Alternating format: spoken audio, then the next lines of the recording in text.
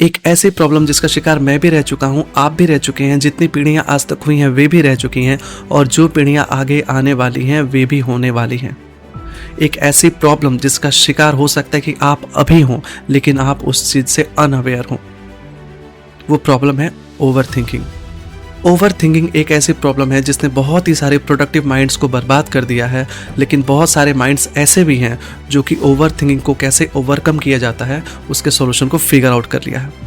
इस वीडियो में हम लोग जानेंगे कि ओवर थिंकिंग के सिम्टम्स क्या क्या हो सकते हैं, ओवर थिंकिंग के कॉजेज़ क्या क्या हो सकते हैं और वे कौन कौन से ऐसी बातें हैं, कौन कौन से ऐसे टूल्स हैं जिनका यूज़ करके आप अपनी ओवर थिंकिंग को इंस्टेंटली ख़त्म कर सकते हैं। बिलीव मी, ओवर थिंकिंग के बारे में आपको एक अल्टीमेट गाइड मिलने वाला है इस वीडियो में। इस वीडियो की हेल्प से आप अभी तक के अपने जो प्रॉब्लम्स आते रहे हैं ओवर थिंकिंग के, वो भी सॉल्व कर सकते हैं और अगर फ्यूचर में भी आपको लगता है कि आप कभी इसके शिकार हो सकते हैं तो आप इस वीडियो को देखने के बाद से आप सॉल्व कर सकते हैं कि वही टूल एंड मेथड्स हैं जिनका मैं खुद यूज़ करता आया हूं और इसकी मदद से मैं अभी भी अपनी ओवर थिंकिंग को मैनेज करता हूं। इसमें सबसे पहले हम लोग ओवर थिंकिंग के सिम्टम्स के बारे में बात करते हैं। वे कौन से ऐसे सिम्टम्स हैं जिन्हें पता करके हम ये पता लगा सकते हैं कि आप भी ओवर थिंकिंग के शिकार हैं।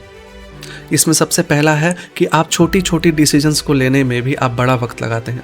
जैसे कि आज शाम को पार्टी है, आप कौन से कपड़े पहन के जाएंगे, आपने बहुत सारे कपड़े देख लिए फिर भी आप डिसाइड नहीं कर पा रहे हैं। आप सब्जी लेने जा रहे हैं फिर भी आप डिसाइड नहीं कर पा रहे हैं कौन सी सब्जी लूँ कौन सी सब्जी नहीं लूँ। तो पहला कारण ये हुआ कि आप बहुत ज़्यादा सोचते हैं छोटे छोटे डिसीजंस को भी लेने में।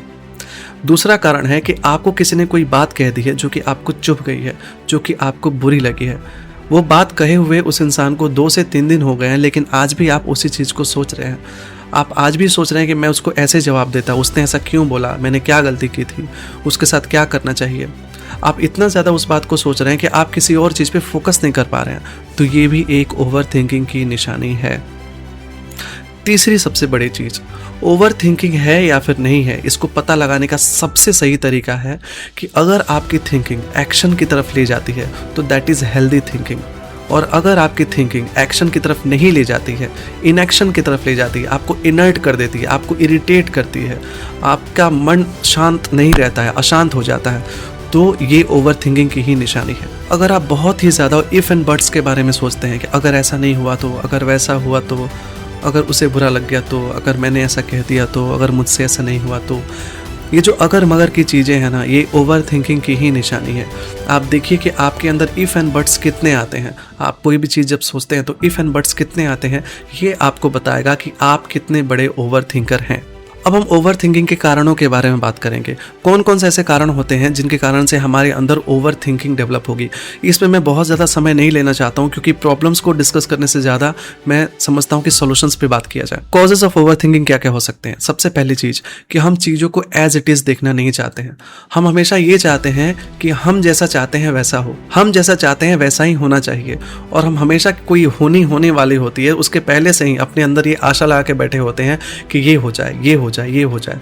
जब हम ऐसा करना चालू करते हैं तो ओवर थिंकिंग हमारे माइंड में डेवलप होती है। दूसरा कारण, आपको अपने एक्शंस पे पूरा भरोसा नहीं होता है। आपने एक गोल बनाया, उसके लिए कोर्स ऑफ एक्शन बनाया कि आप इस पथ पे चल के अपने गोल को पाने वाले हैं, लेकिन आपको जब अपने एक्शंस पे पूरा विश्वास नहीं होगा, अपने कोर्स ऑफ एक्शन पे पूरा भरोसा नहीं है, तो आप उस पर डाउट करते हैं कि इस रास्ते पे चल के क्या मैं अपने गोल को प्राप्त कर सकता हूँ, क्या मैं एग्जाम में क्वालिफाई हो पाऊंगा, जैसे इंग्लिश में सीख रहा हूँ क्या मैं स्टेज पे चढ़ के इंग्लिश वैसे बोल पाऊंगा, क्या मैं सक्सेसफुल हो पाऊंगा। अगर आप अपने प्लान्स पे ऐसे डाउट करते रहेंगे तो आप ओवर थिंकिंग के शिकार होंगे ही। ओवर थिंकिंग का अगला कारण है कि आप बहुत ही ज़्यादा शाई फील करते हैं। आप लोगों के सामने बात करने से कतराते हैं, आप शर्माते हैं, आप हेजिटेशन फील करते हैं कि मैं ये बोलूँगा तो वो मेरी बात को वैसे ले पाएगा कि नहीं जैसा मैं कहना चाहता हूँ, या फिर मेरी बात कहीं बुरी तो मत लग जाए, या फिर कहीं मैं अपनी बात को कह ही ना पाऊँ, कहीं मैं बोलते हुए अटक ना जाऊँ। अब थोड़ा इफेक्ट्स ऑफ ओवर थिंकिंग के बारे में डिस्कस कर लेते हैं। सबसे पहला इफेक्ट होता है आपके माइंड पे। आपका स्ट्रेस लेवल बढ़ जाता है, आपकी एंग्जाइटी बढ़ जाती है, आपका जो स्लीप साइकिल है वो सब बिगड़ जाता है, आपको नींद नहीं आती है, आप हमेशा ही परेशान रहते हैं, आप किसी भी चीज़ पे फोकस नहीं कर पाते हैं। तो सबसे पहला जो इफेक्ट है वो माइंड पे आता है। दूसरा इफेक्ट, आपकी जो डिसीजन लेने की जो कैपेबिलिटी होती है वो बहुत ही ज़्यादा डिप्लीट हो जाती है। आप कोई भी डिसीजन लेने के पहले बहुत ही ज़्यादा सोचने लगते हैं। डिसीजन लेने के बाद भी आप इस चीज़ पे कंसिडर करते रहते हैं कि मैंने जो डिसीजन लिया वो ठीक किया कि नहीं किया, मुझे ऐसा करना चाहिए कि नहीं करना चाहिए। तीसरी चीज़, आपकी फिजिकल हेल्थ खराब हो जाती है। आप एक जगह पे पड़े रहते हैं, आपको कोई भी एक्टिविटी करने का मन नहीं करता है, इसलिए आपके अंदर जो हैप्पी हार्मोन्स हैं उनकी बहुत स्कार्सिटी हो जाती है, तो आप अच्छा फील बिल्कुल नहीं करते हैं किसी भी सिचुएशन में। चौथी चीज़, रिलेशनशिप स्ट्रेस। आप हमेशा रिलेशनशिप में स्ट्रेस्ड फील करते हैं। आप जब खुद ही स्ट्रेस्ड रहेंगे तो आप अपने पार्टनर की बात को समझ ही नहीं सकते हैं। इस कारण से आपके बीच में तनाव होता है और वो चीज़ें गलत हो जाती हैं आगे जाके। अब हम इस वीडियो के सबसे बेस्ट सेक्शन में आए हैं कि हम लोग ओवर थिंकिंग को ख़त्म कैसे कर सकते हैं। बिना किसी देरी के हम लोग शुरू करते हैं। ओवर थिंकिंग को ख़त्म करने का सबसे पहला आसान तरीका होता है कि आप अपने छोटे मोटे डिसीजंस को तुरंत लीजिए। आज कौन से रेस्टोरेंट में खाने जाना है, कौन सा खाना ऑर्डर करना है, कौन सा कपड़ा पहनना है, कौन सी सब्जी लेनी है, आप तुरंत ऑर्डर कीजिए। आप जितना सोचेंगे उतना ही आपके माइंड को डिले करने की आदत लग जाएगी, और आप जितने क्विक डिसीजंस लेंगे आपके माइंड को ये एफर्मेशन मिलेगा कि ये आदमी जल्दी सोचता है, मुझे ज़्यादा वर्क करने की ज़रूरत नहीं है, इसलिए वो हमेशा स्ट्रेस फ्री रहेगा। तो अपने डिसीजंस को तुरंत लीजिए। अगली चीज़ है बी पॉजिटिव। हमेशा पॉजिटिव रहो। पॉजिटिव रहने का मतलब ये नहीं है कि हमेशा ये सोचो कि आप जैसा चाहते हो वैसा ही होगा आपकी लाइफ में। पॉजिटिव होने का मतलब है कि जैसा भी आपकी लाइफ में होगा आप उसमें से पॉजिटिविटी निकाल लोगे। जैसा भी आपकी लाइफ में होगा आप देख लोगे। जैसा भी आपकी लाइफ में होगा आप अपने गोल की तरफ बढ़ने के लिए रास्ता उसमें से निकाल ही लोगे। आप पीछे नहीं हटने वाले हो, आप आगे मेहनत करते रहोगे। आप गिरोगे लेकिन आप उठोगे। This is called be positive. तीसरी चीज़ है डोंट फील शाय। आपको शर्माने की ज़रूरत नहीं है। कौन ऐसा है जो कि आपको देख रहा है और आपको शर्माने के लिए कह रहा है? कौन ऐसा है जो चाहता है कि आप शर्माएं? कौन ऐसा है जो आपको बुरा फील कराना चाहता है? कोई नहीं है। और अगर ऐसे लोग भी हैं तो वो बच्चे हैं। ये बच्चों का ही माइंडसेट होता है। कोई दूसरा बच्चा कुछ कर रहा होता है तो पहला बच्चा देख के उसको हंस रहा होता है। एक मैच्योर्ड इंसान ऐसा कभी भी नहीं कर सकता है। तो अगर आपको देखे कोई हंस रहा है, आपको शाई फील करा रहा है, तो आप भी उस पर हंसिए। आप भी उसको जोक की तरह लीजिए। महात्मा गांधी अपने शुरुआती दिनों में लॉयर थे और वो कोर्ट में भी जाने से शर्माते थे। कोर्ट में सबके सामने बोलने से वो शर्माते थे कि मैं सबके सामने कैसे अपनी दलील पेश करूंगा, कैसे बोलूंगा। लेकिन जैसे ही उनका जो एनर्जी है वो जन अभियोग आंदोलन के साथ जुड़ गया, जब उन्होंने ये डिसाइड किया कि मुझे लोगों के हित के लिए काम करना है, मुझे एकता के लिए काम करना है, तब वही उनकी एनर्जी बहुत बड़ी बन के निकली। उनके अंदर की वो जो शाइनेस है, वो जो ओवर थिंकिंग है, वो बिल्कुल ही ख़त्म हो गई। तो आप अपने अंदर के शाई फीलिंग को बिल्कुल ख़त्म कीजिए। शेमलेस होइए और मर्यादा में रहिए। Be shameless but be within your limits. Be decent but be shameless. अगला मेथड है रिस्ट्रक्चर योर थॉट्स। आप अपने थॉट्स को जब रिस्ट्रक्चर करते हैं, जैसे कि अगर आपके माइंड में ख्याल आया, अरे मैं स्टेज पे जाके इंग्लिश बोल पाऊंगा कि नहीं, तो आप इसको फिर से रीमोडिफाई कीजिए। मैं इस स्टेज पे जाके बोलूंगा, अगर मुझसे गलती हुई भी तो मैं फिर से कोशिश करूंगा। क्या हो जाएगा इसमें? अगर आपको ये लगता है कि मैं अपनी लाइफ में कुछ सक्सेसफुल इंसान बनूंगा कि नहीं, कुछ बड़ा हासिल करूंगा कि नहीं, इसको लेके अगर बहुत ज़्यादा ओवर थिंकिंग हो रही है, तो आप ये सोचिए कि जो भी होगा मुझे एक्सपीरियंस तो होगा। अपने एक्सपीरियंस को लेते लेते मैं बहुत चीज़ें सीखूंगा और एक ना एक दिन मैं सक्सेसफुल होऊंगा ही। क्योंकि जिन्होंने कोशिश की है वे सफल हुए हैं। और ओवर थिंकिंग को ख़त्म करने का सबसे बेस्ट और सबसे लास्ट तरीका है, इसके बाद से आपके माइंड में ओवर थिंकिंग रहेगी ही नहीं, वो है मेडिटेशन। आप मेडिटेशन कीजिए। आप बैठिए और आप ऐसे देखिए जैसे कि आकाश है और नीचे से बादल जा रहे हैं।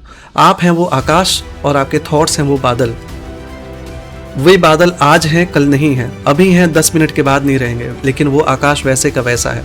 थॉट्स वैसा ही रहता है हमारी माइंड में। आप कभी बदलते नहीं हैं, आपके थॉट्स बदलते रहते हैं, इसलिए आपको चिंता नहीं करना है। आप हमेशा स्टेबल हैं, आपका कुछ भी नहीं बिगड़ने वाला है। आपकी माइंड में जो भी चीज़ें आ रही हैं, जो भी नेगेटिविटी आ रही है, आपका कुछ भी बिगड़ने वाला नहीं है। आप हमेशा ही अच्छी चीज़ों को ही हासिल करेंगे। आपको अपने थॉट्स को कंट्रोल करने की ज़रूरत नहीं है, आपको बस ऑब्जर्व करने की ज़रूरत है।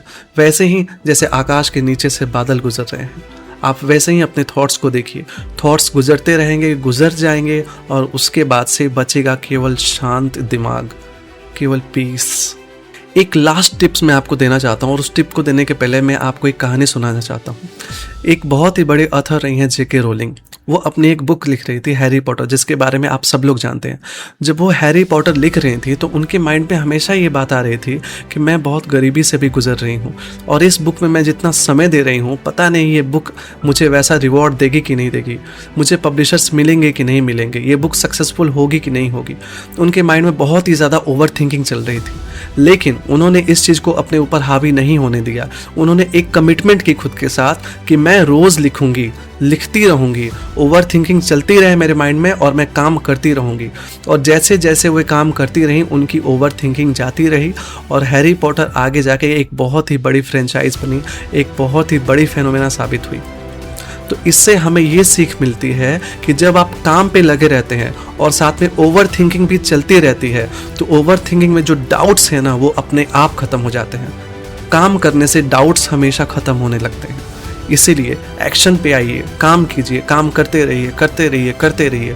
ओवर थिंकिंग का नामो निशान नहीं बचेगा। थिंकिंग उतनी ही रहेगी आपकी माइंड में जो कि आपको रास्ता दिखाने के लिए आपको ज़रूरत है, आपको चाहिए। So thank you so much. This was all about over thinking.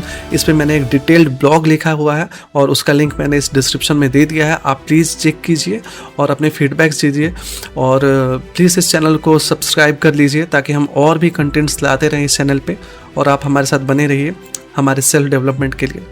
Thank you so much. See you in the next video.